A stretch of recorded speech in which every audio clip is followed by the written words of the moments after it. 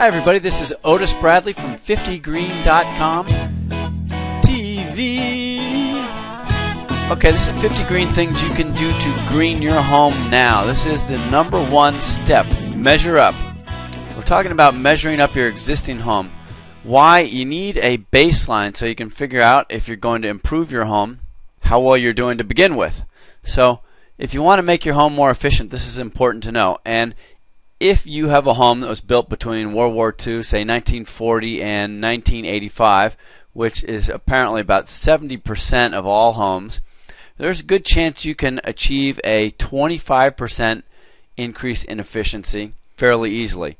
And most likely you can go 50% without going that hard. We talk a lot about how to make your home more efficient in the green building sessions if you want to get further into this. But for today, what you will need are your electric bills, gas bills, oil bills, basically all your utility bills for this little exercise. Okay, so Energy Star is part of the U.S. Department of Energy. And not surprisingly, Energy Star has largely to do with energy. And they have a really interesting little tool we're going to use today called the Energy Star Yardstick, which is going to help us. But the Energy Star program, they've certified over 1 million new homes. They are by far the leading green building program, if you could call it that, in the States, far ahead of LEED or National Association of Home Builders. But they're not everything that green is. As we mentioned, it largely has to do with energy. And as a matter of fact, this Energy Star Yardstick doesn't even include water, so we're going to add that on. But green has to do with health and a lot of other things as well as energy. But certainly energy efficiency is a large part of it. Okay, so this is what it looks like. And I'm going to give you a link in the next slide that you can click on to get to the Energy Star Yardstick. What you'll need to know is your 5-digit zip code, which you'll plug in this box. You'll need to know how many people live in your house. Should be pretty easy to figure out. And you'll also need to know the square footage, how big your house is. So if you don't know, take a guess to begin with, and you can come back and refine this again later. But they say the average home in the United States is 2,500 square feet. So if you have a 3-bedroom, 4-bedroom home, you might say 3,000 square feet. If you have a 2-bedroom home, you might say 1,500 square feet. But in addition to electricity, which almost all of us use, what other kinds of fuels do you use? Do you use natural gas? That means that your house is attached to a pipeline from the street, and you have a gas company bill that you pay, versus propane, where you have a tank and they come and deliver it to you. You may have a fuel oil tank, number 2 fuel oil, usually a big tank in the basement. A lot of houses in the East, Midwest still have oil boilers. And I suppose you may have kerosene. I've never seen a kerosene heater in a house, but I know they do exist.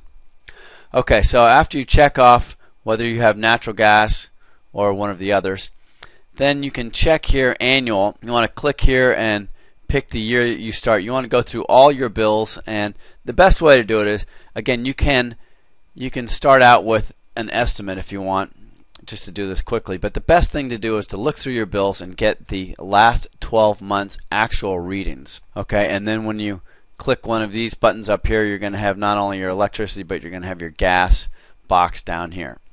Okay, click this link right here and it'll take you to the Energy Yardstick. You can do that right now.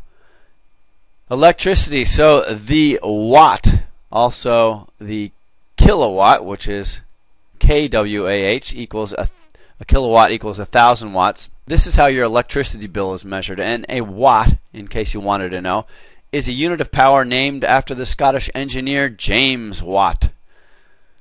Died in 1819.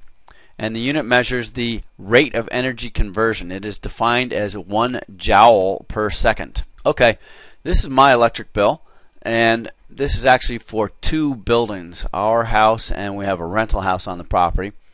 And you can see for this month, this is, let's see, meter was read September 10th, so it is August 11th to September 10th, 30 days. We used 924 watts that month, and our Southern California Edison bill is chock full of information.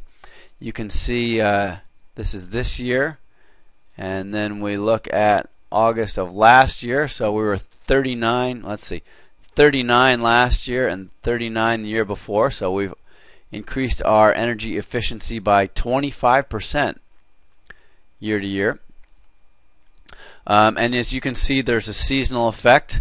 We have, let's see, there's January, February, a little bit more in the wintertime, and a little bit more in our summertime, which is actually late in the year in our area. So the reason you want to get all your bills out there is because most people don't have a flat line electrical bill. It goes up and down throughout the seasons. So to be accurate, get all those bills out, or you can call your utility company and get the information. And probably electricity in most areas is not all that simple, but California is probably more complicated than most. You can see we have actually 5 tiers here, and they charge us different rates for each tier. 13% or 13 cents a watt for this first tier, which was 345 kilowatts, then 15, then 24, then 27, and 31. I added up the whole bill and figured out that it averaged about 20 cents kilowatt. And then it's kind of interesting, if you look here, you can see $7 was transmission charges, then distribution charges. We had 59 cents nuclear decommissioning charges. We had 19.54 conservation incentive adjustment, and 10.14 public purpose programs. A lot of this goes into solar. But it's amazing how complicated they can make a 1 meter. In other words, they're getting, you use X amount of kilowatts, and these are all the figures that go into this particular bill. Okay, Therm. Now this is a measurement you'll find on your gas bill.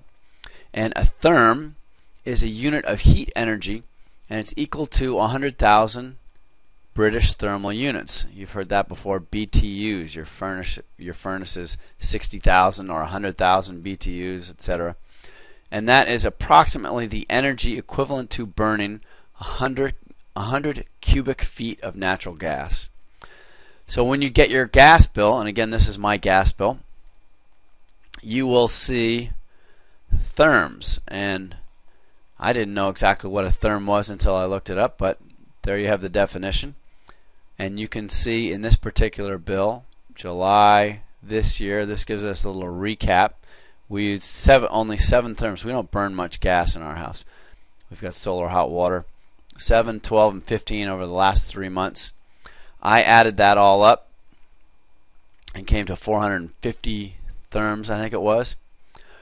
And lastly, water. Now this doesn't plug into the Energy Star yardstick, but you need to know your water usage as well. So we've talked about this again in the green building sessions, but how much water do we use? You will see studies that show anywhere from 147 gallons per person per day, gallons per day, as an average American usage. I think about 100 gallons of that is used inside, call it 50 outside, so a third of it is for exterior usage. That'll vary anywhere from 150 to almost 180 gallons per day per person. And then these are, this will vary too, but you'll see toilets usually the largest usage. Good reason to get those 2-button toilets that we've talked about. Leaks, look at that. That's a big chunk, and that's certainly a huge area where you can increase your efficiency by determining where your leaks are, and it's not that hard to do. Other big chunks are clothes washing, showers, and there's faucet. So your water bill is going to probably be measured in CCF, and CCF equals 100 cubic feet. So 100 cubic feet equals 748 gallons of water. So I looked at my water bill.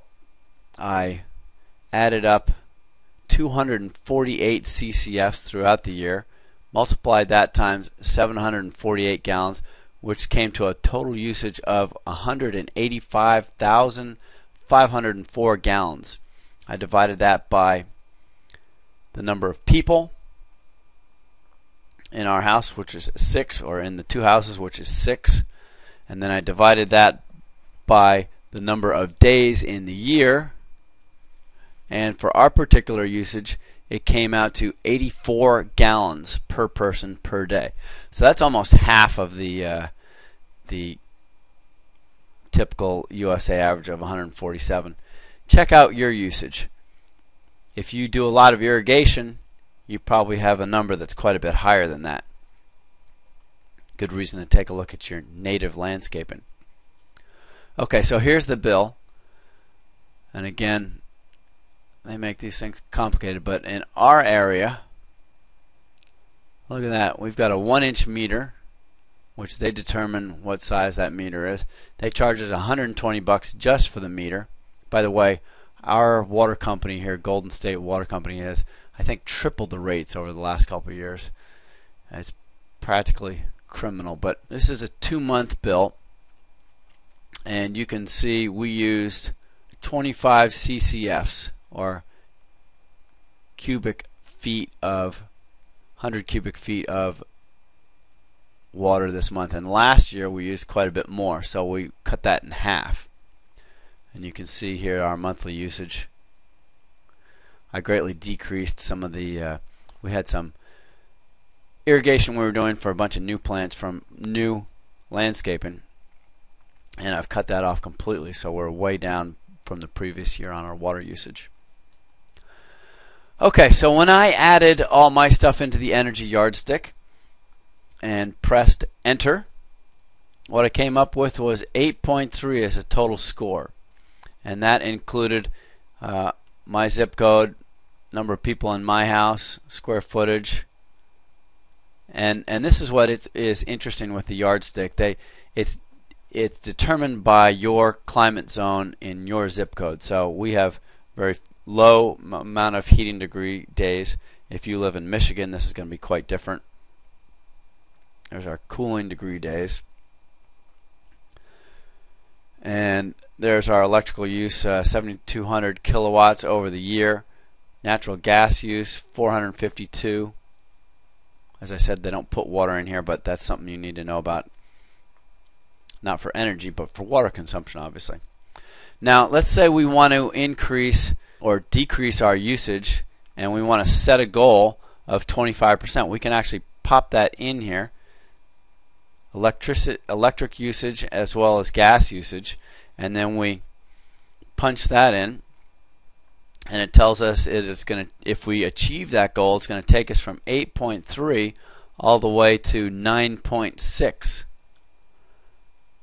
So we'll see if we can do that next year, and it's going to tell you what your avoided emissions are. A lot of interesting information in here. It talks about greenhouse gas emissions, equivalent of how many cars it is, and so forth. So once you've done this, then you can set about doing your remodel, and after your remodel is done or your energy efficiency work is done, you can measure up again and find out how you stand up. I think the typical home is somewhere is actually way down here. I'd be curious. Check in with me. Let me know where your house comes in, and then let's come up with a plan to see how we can increase your energy efficiency for next year. If you got an existing home, this is what this is all about. Start with the big return items. So we're talking about fixing leaks, fixing drafts, plugging up all the leaks. They say the average home has over 2,000 linear feet of leaks. So it's an easy thing to plug up the leaks.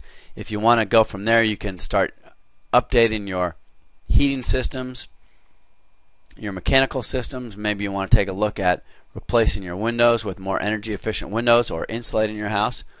Obviously, if you're doing a new home, there are all kinds of things you can do, and you won't have an Energy Star yardstick until your home is done. But 2020, there's a bill in California, it's called AB 212, where by the year 2020, California is looking at requiring all homes to be net zero, and that means that the homes will make as much energy as they use. There's a goal for you. Alright, so that's number one. Get out there, let's do this. It doesn't take that much effort. Take you 15 minutes to go through what we've just gone through. Then you might have to dig through your files and get those old bills so you can come up with a real accurate reading. But this is Otis Bradley from 50 Green signing off.